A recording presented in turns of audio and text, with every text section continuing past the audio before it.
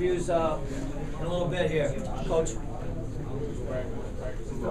Okay. First of all, congratulations to Nebraska. They played an outstanding game today and clearly deserved to win the football game. So, we're disappointed. We thought we had a good week. We thought we were ready to play, and I think our guys played hard, but we clearly got outplayed by Nebraska in all areas. Wanted to get off to a fast start, and that didn't happen. Yeah, it's always good on the road to do that. They weren't up for allowing us to do that. Certainly, they did a good job defensively all day long on us, and made it tough. So it was one of those days where we had a hard time moving the ball consistently, and certainly we're not very productive in terms of points. Is that the best coverage you've seen on McNutt this year? Yeah, I think fair to say. We didn't do much in the pass game up at Penn State either. I guess that's probably the other one that comes to mind without thinking too deeply. And they did a good job. Part of that's some of the players they had involved at Denard's at Hall Corner, and he did a good job certainly in his coverage. Did they do anything that surprised you from what you had seen on tape? Not necessarily, other than they were, which is good football. They're not going to let our best guys beat them. At least they really singled out Marvin, did a good job there, and that's good defense. They played well basically at all positions and made it tough for us to. I think really the story for us was we couldn't do anything in the passing game. We ran the ball, I think, effectively, but couldn't make anything go in the passing game, especially in that first half. So we never really got much balance. Weren't able to sustain drives. And they took McNutt out of the game. They did. Denard's a heck of a corner. They matched him up on him and gave him a little bit of help behind too. So it's good football on their part. Kirk, how frustrating was it to not be able to get them off the field? They had a couple of really long drives and 15 minutes of time of possession. Yeah, and they played a good game in all three phases. Clearly much better than they had a week ago. I know it was a disappointing game for them. They turned it over. They were slopping the ball bad on special teams, and they just had obviously a good week getting ready. And I'm not going to say there's a turning point in the game, but I thought if there was, it was probably in that right before the half there, that 6-minute drive they had 80 plays, or 80 yards, excuse me. Felt like 80 plays. That one, and they nailed one for about 85 yards in the third quarter. But that was part of their defensive effort. Keeping us off the field, a 6-minute drive, and I don't know how long the other one went. So at one point, I don't know how many plays we had, but it was a pretty short list. But part of that too is us staying on the field, and that's so it was a good team victory for them. Kirk, did you think right before half, instead of taking a knee, he had to win 2 timeouts, about to get it back to a 1-score game? Where were we on the 30, whatever it was? Yeah. No, I wouldn't. Wasn't like we did anything at that point. I seem to get asked that a lot, but no. I'm new. I'm sorry. Yeah, I'm sorry. Yeah, that's like, it's a pretty low percentage point, but anyway. Okay. When you look back, the offense has had moments of brilliance, and it's had days like today. Can you put anything on your team, on your finger on anything about your team's performance that might have contributed to that? Yeah, you get a little more specific about days like today. Other ones like this one.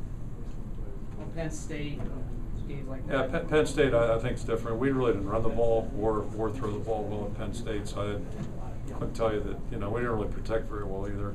I thought today we ran the ball effectively. I thought our protection was pretty good up until you got in that fourth quarter situation. You're down by 20. That's not a great situation to be in. But to me, the story today was we didn't pass the ball effectively. We weren't able to get that going, and so I think it was a little bit unique. And I wouldn't compare this to Michigan State. I think Michigan State was about our execution more than anything. So it's like everything. Every game's a little different. Every loss is a little different. Wins are too, I guess. A sprain with CJ. Yeah, the good news is we had a couple guys come out, CJ and BJ Lowry. Everything appears to be minor, so that's good at least. Did you say the passing game, was that them executing? I mean, it's their defense and taking Marvin out. Yeah. I think there was a few double teams. Yeah, when they're playing well, they're a good defensive football team, and they played well today for sure. And they're a very athletic, fast group in that back end. The linebackers and secondary guys all run well, and they did a good job. And then we weren't effective enough spreading it around. When they take one thing away, we got to find other ways to go, other areas to go, and everybody's got a hand in that certainly, and including James. There were a couple dump offs or drop downs, which he came to in the second half, and started using our backs a little bit more effectively. But those are, it's a learning thing, and it's we'll just learn from this and move on. Okay, your defense was on the field for quite a bit, but I mean, it kept you in the ball game.